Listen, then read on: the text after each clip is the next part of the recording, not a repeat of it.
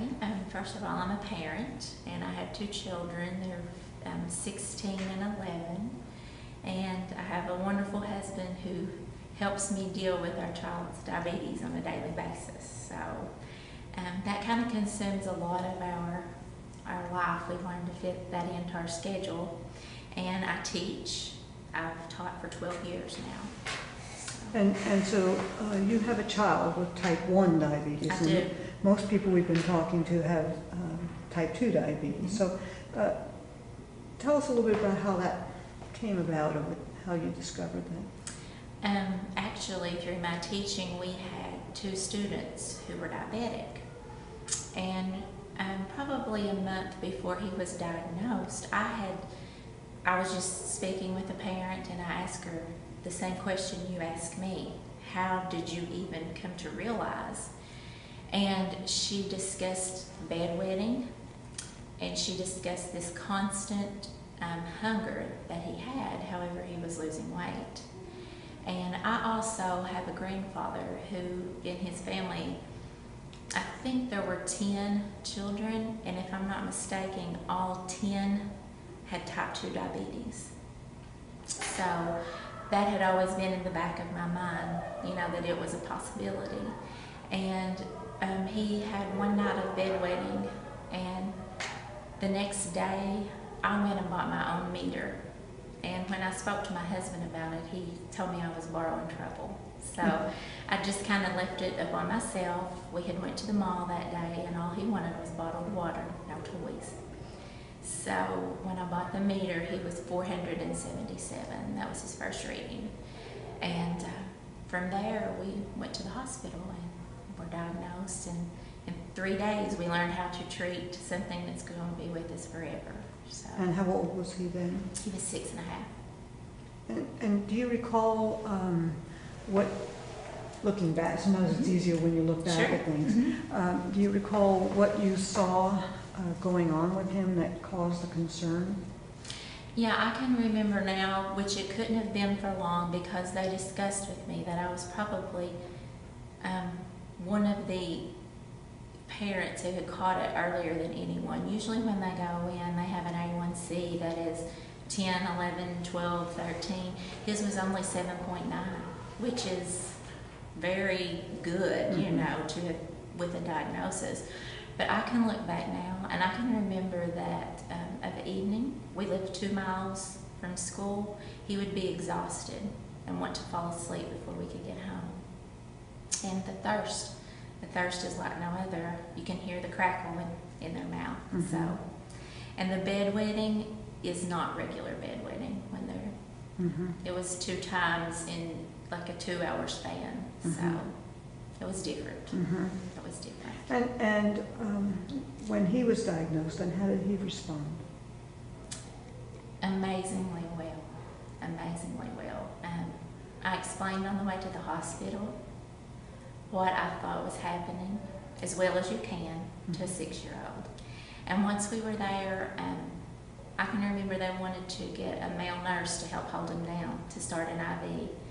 And I asked that they not do that, because that's going to be something we do for the rest of our life. We can't be afraid of a needle, And he never shed tears until about 2 months into the diagnosis.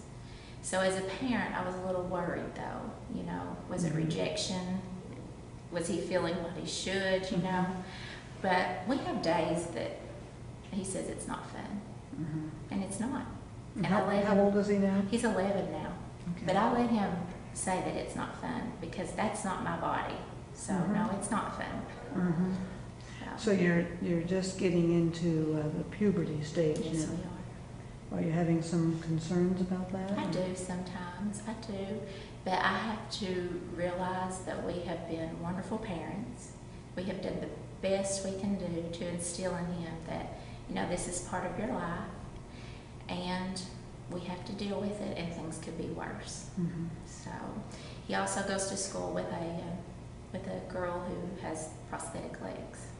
So sometimes when he gets really down, I can say, Molly does not enjoy, and I teach with her mom in the same room, and we can bounce off of each other. So it's worked well.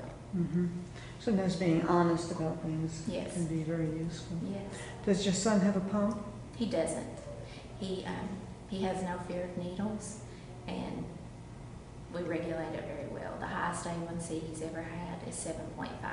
So we have no And problems. so that must mean he does his diet pretty well. Yes, yes, and he has no problems with obesity. Mhm. So we're very fortunate. Is he growing fast?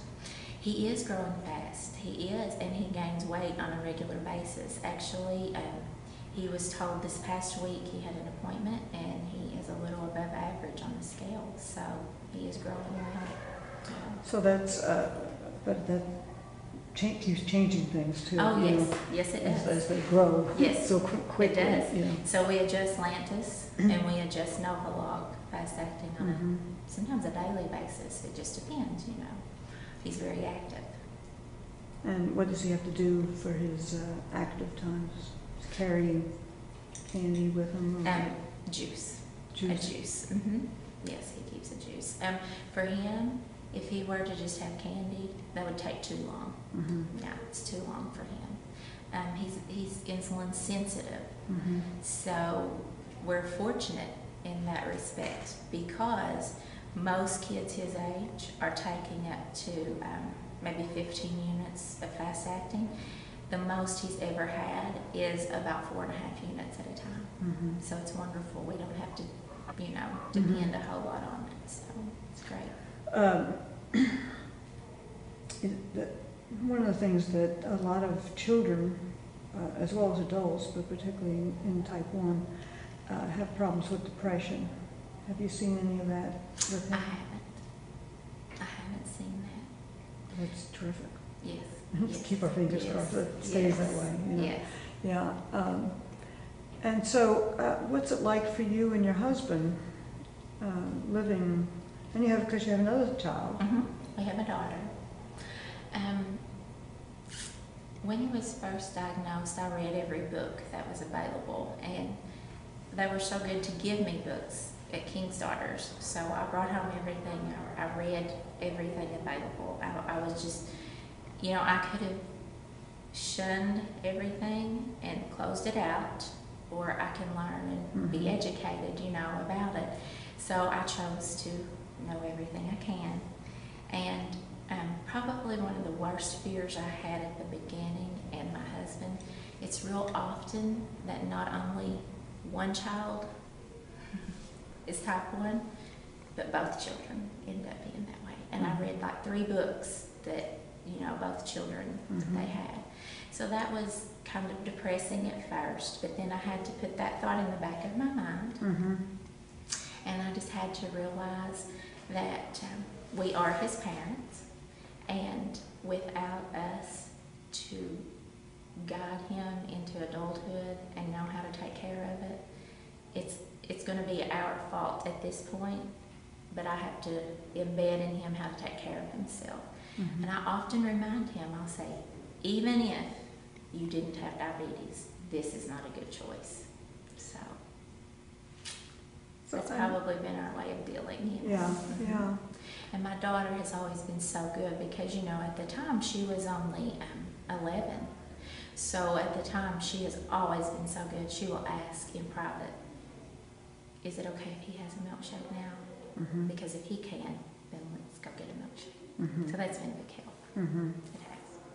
Yeah, because sometimes it's really difficult for the siblings to deal with. Does she ever get scared? Never. No, she's been so good. She can care for him just as we can. So it's been. So she's learned too. Yes. Right along. Has. And actually, her interest is she's a junior, and she's thinking of becoming a dietitian because of our past. What she's learned. Yes. So if you were talking to a mother who had a child with type 2 diabetes, type 1 diabetes, what would you say to them? I would tell them first it's not the end of the world, because I thought it was. It felt much like coming home with a newborn, and he was 6 years old. I didn't know any more than I knew the day before I went in the hospital whenever we came home. And I would probably tell that parent that even though their world feels like it's closing in, that it will open back up, and you can either let that be part of your life, or you can let it hinder you into not doing things and let it rule your life. So it can be part of you, or it can ruin everything you once were. Mm-hmm. And we have been very good at, we've made no changes, none. So we've really handled it, really well. And he has never stopped an activity. He's very athletic. He rides dirt bikes. He plays basketball. He can play soccer. Don't let it stop, because if you do, then you're going to let it stop everything they do in life. Thank you. It's not a crutch. So now let's talk a little bit, because you're a teacher, Mm-hmm. and the size of children is changing, not just because of natural growth, but because they're not eating Mm-hmm. or as active as they should. In your classroom and in the school, what are you observing as far as what children are looking like and what they're doing? First, as a parent with a type 1 diabetic, sometimes I experience anger when I see that it is something that can be prevented upon something that can't be prevented as to what he has. And I think that a lot of that is due to neglect of parent responsibilities. It's much easier to give them something unhealthy than something that is healthy. And I also, this is really something that I feel in our students. I feel that they're coming from home lives that are disturbed, and food has become comfort, and now we see that it's developing health problems. Mm-hmm. I find that a lot. And are you seeing quite a few children that are overweight or obese? Yes. Say in a classroom of 25 students, is that Mhm. what your average classroom Mhm. size is? I could say you would find up anywhere from 5 to 7. And I'm Mhm. dealing with K through 6. That's very young. Mm-hmm. Yes. Snacks that they bring from home: Mountain Dew, regular, candy bars, chips. So that's a parent choice, first of all, and that's what they send. So I see that we're reaping what we're sowing. Mm-hmm. And how about the school lunches? I Are have you in the concerns. cafeteria window? Mhm. I have concerns because he gets a printout each month, and it has a detailed log of carbs, fat, calories. I know one meal in particular. When we have fish nuggets, they also have macaroni and cheese, peas, milk, a fruit. You're looking at around 200 carbs in one meal. Too many. Doesn't matter.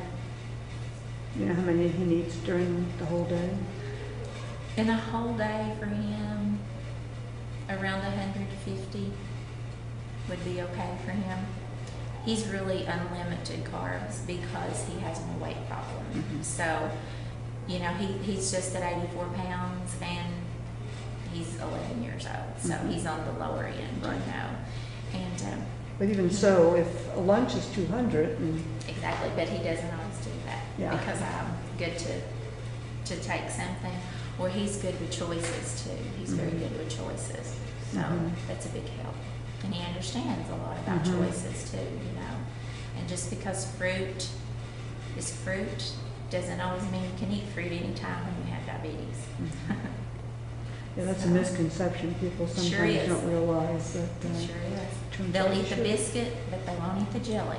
Mhm. That's the... Yeah. So, What do you see in the activity levels of children, in the school children?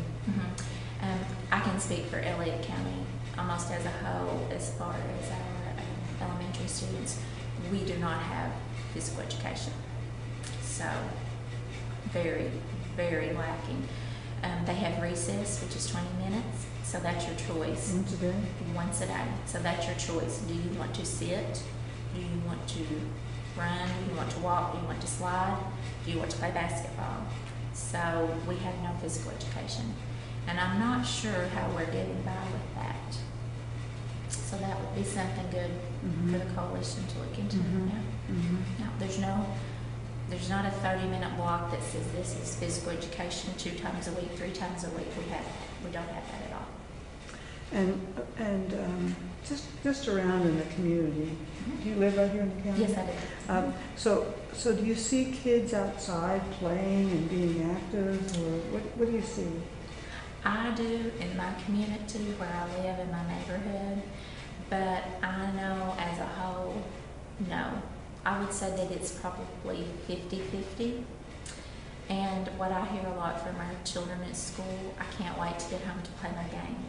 I can't wait to get home to play my game. What's your punishment? You're grounded from your game system, so no, it's not a choice that they usually make. Are they playing games like Dance Dance Revolution? No. Or This is the exercise they're getting, so yes.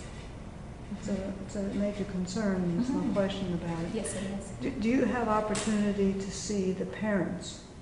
I mean, do you? I do at some point I do. I can make it a point if there was ever anything in the, in the county that we needed to do.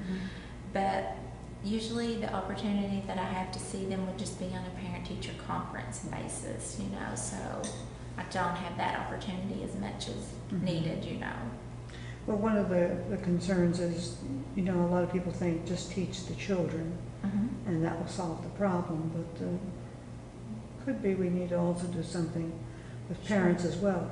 Do you have any ideas about ways to approach that? I do. I have thought about that often. And when you said, do I have contact? I think that there are some parents who would be receptive of information. And at this point, I also think that we need to make grandparents involved, because we have so many grandparents raising these children who then, to pacify these children, they allow them to have candy, pop, cake, cookies, all the things that are a treat. Nothing is a treat anymore, nothing. It's they get what they want. They get what they want. So I think that if we had maybe a class that would involve maybe some cooking lessons or healthy snacks, simple things. I think that's the key. We got to keep it simple. You have so many working mothers, and then, like I said, you have grandparents who are raising these grandchildren. So, one of the problems I think in rural communities is getting people to come to a central place to do it. Do you have any thoughts about that? It sure is, and I haven't really thought about that, but I would be interested, Yeah, one of the things we were thinking, and a lot of people I've talked to have suggested that maybe churches is a way to do it. Do you think that would be something that might work in this county? That may work here. It sure might. I know I attend the church that is very, very central, and that would probably be a good opportunity, to try to get some people out. Sometimes transportation is hard in rural areas. I mean, it is. A number of children we get for Sunday school, we have to run a bus just to get them. So, yes. And I also wonder, I've thought often about, relating to transportation. When you only have certain foods available and you don't have the transportation to go get items that are at a good value, I think we tend to pick just what we have. And if you take someone who really doesn't have a car, and maybe they depend on their first of their month income, they would probably go choose something frozen, as in a box of corn dogs that's going to last for 2 weeks, versus a pack of grapes or a bag of apples. I've noticed not just in this county, but in a lot of rural counties, Mhm. there's, we don't have Walmarts in every county, but we have dollar stores now. Yes. And dollar stores are trying to be accommodating, I think, about having food Mhm. more accessible. However, there's never any fresh food. No produce, yes. You know, yes. and no fresh meat and a lot Yes. of processed foods. Mhm. Do you garden? We do garden. Do you? Yes, we do. And your children get engaged with that? Yes, Tanner planted our corn and our beans, so yeah, yes, they do. So we garden. And do they enjoy it, or Oh, yeah. Yes. do they cook? Both of them do. They cook, and Tanner really enjoys. My husband cooks a lot too. So last night our supper was, I'll give you an idea. We had cooked cabbage. He eats that. My daughter eats it. I think a lot of it's just lack of introducing these children to food, you know, and they give them a choice at school so they don't touch it. They don't Mhm. get it on their tray. We had cooked cabbage, some beef tips, corn from our garden, and they had some rolls to go with it, the kids did. So, yeah, we cook and we garden. I was recently met some people who were doing a program in schools called Tasty Tuesday. And the program goes like this. On Tuesday, they cook up, they give samples to the kids in little cups of what is going to be on the menu the next day. So every Tuesday, they introduce them to something new or something different that's a healthy product. And then on Wednesday, they actually prepare it. And it's just a choice, you know, that the students, and what they're finding is that more students are choosing that if they've been introduced the day before to it, and then they actually get it. Because when they go through that line, they'll look and they'll just say no. If it's green, no thank you, you know. But that reminds me, this year our schools, our elementary schools, it's through a grant. They get snacks Monday, Wednesday, Friday. Wonderful snacks. Yesterday, they had, it was in a baggie. They had 2 slices of orange, and they had probably 10 grapes in the bag.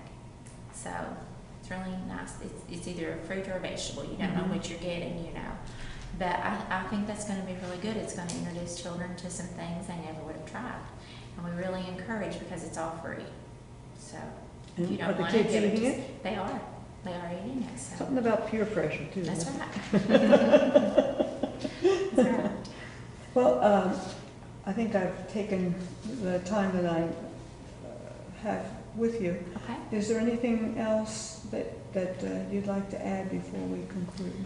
Well, speaking of type 2, I would like to say that it is an opportunity to prevent. And I hope, you know, I really hope that people will catch on to that idea that you can really help yourself, because Tanner, he was predispositioned, you know, I mean, it was just going to happen. And I worried at first that I had caused it as a parent. What had I done to cause this? You know, the first question over the phone, is he obese? And I said, no, he's not obese. You know, we had always made good, healthy choices.